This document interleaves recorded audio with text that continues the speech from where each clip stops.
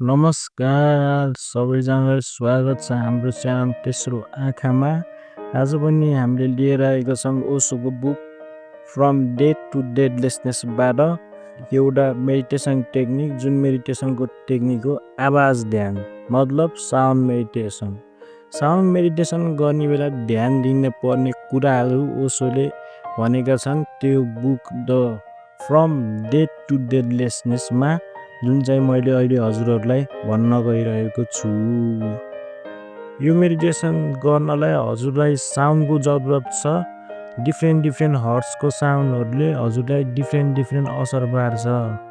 जस्तै हजुरले ओम च्यान्टिङ साउन्डमा बस्न सक्नुहुन्छ, कामिङ म्युजिकमा नि यो मेडिटेसन टेक्निक गरेर बस्न सक्नुहुन्छ। यो साउन्ड मेडिटेसन गर्नको लागि राइट वे भनेको कसरी गर्न पर्छ भनेपछि पल्टिनुहोस्, कम्फर्टेबली पल्टिन पनि सक्नुहुन्छ। अनि आफ्नो ब्याकबोनलाई सिधा गरेर बस्नुहोस्, सास प्रश्वास लामो लिनुहोस्। त्यस पछाडि म्युजिक प्ले गर्नुहोस्। अनि त्यस पछाडि हजुरको ध्यान पुरै फोकस पुरै साउन्डमा हुन पर्यो। साउन्डले चाहिँ हजुरको त्यो जुन साउन्ड बजाइराख्नु भयो नि, त्यो साउन्डले चाहिँ हजुरको चेतनालाई भर्न पर्यो। त्यो साउन्डले चाहिँ चेतनालाई भरेको अनुभव गर्न पर्यो।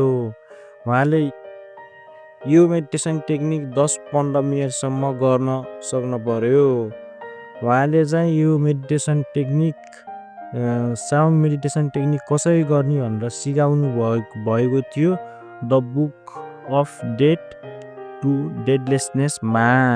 ओशोले भन्नुभएको 10 मिनटदेखि 30 मिनटसम्मको साउन्ड मेडिटेसन टेक्निक गर्नुभयो भने त्यो साउन्ड मेडिटेसन टेक्निकले हजुरलाई असर पार्छ। कुन हर्ट्सको म्युजिक सुन्नु भएको छ त्यही अनुसार फरक पार्नेछ।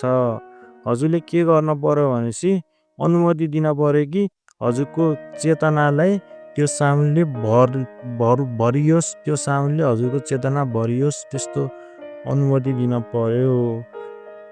ल आजलाई यति नै। अरू यस्तै भिडियोहरू लिएर म मेडिटेसन टेक्निकको भिडियोहरू लिएर म आइ नै राख्नेछु। हजुरलाई मन पर्छ भने, हजुरलाई मेडिटेसन गर्न मन पर्छ भने हाम्रो च्यानललाई सब्स्क्राइब गर्न सक्नुहुन्छ। धन्यवाद। आजलाई यति नै।